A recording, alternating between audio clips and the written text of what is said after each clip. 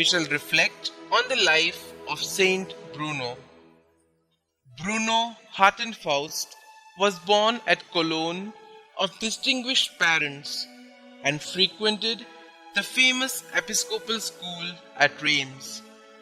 Ordained priest at the age of 25, he received a canonry at Cologne but was recalled by the Bishop of Reims to assist in directing his former school.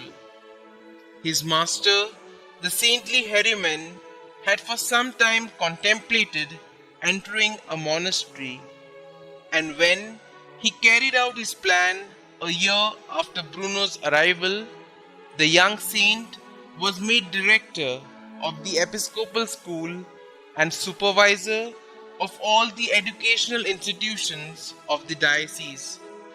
St. Bruno filled this difficult and responsible position for 20 years and maintained the school's high teaching tradition. In the year 1075, he was appointed Chancellor and Canon Theologian for the diocese. But after the death of his friend, Bishop Gervais, the see was occupied by the worldly and violent Manasses I, who was later suspended and had to flee for his life in a popular uprising. Bruno and 6 companions thereupon carried out a vow made some years before to leave the world and embrace the monastic life. From St. Hugh, the Bishop of Grenoble, they received the wild alpine solitude called Cartouze, and here they erected their first cells in 1084 and began a life of prayer, manual labor, and study.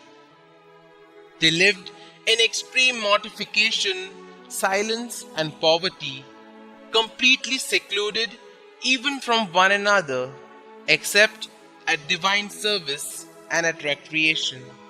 That was the beginning of the eremitical order of Carthusians, which always had a special devotion to the Blessed Virgin.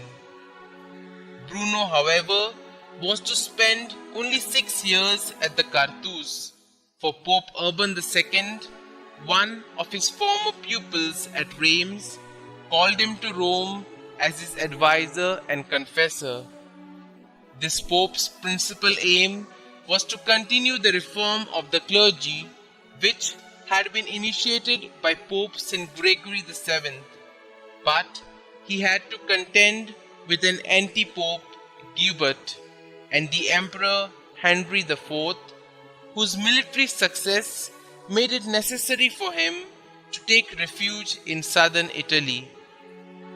Bruno tried repeatedly to prevail upon the Pope to let him return to his much-cherished solitary life, but Urban wished him to remain within call, and so had a new monastery founded in Calabria, where Bruno died on the 6th of October 1101.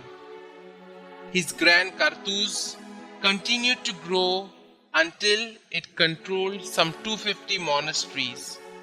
St. Bruno has never been formally canonized, since the Carthusians are averse to all forms of publicity, but he is invoked for the deliverance of possessed persons.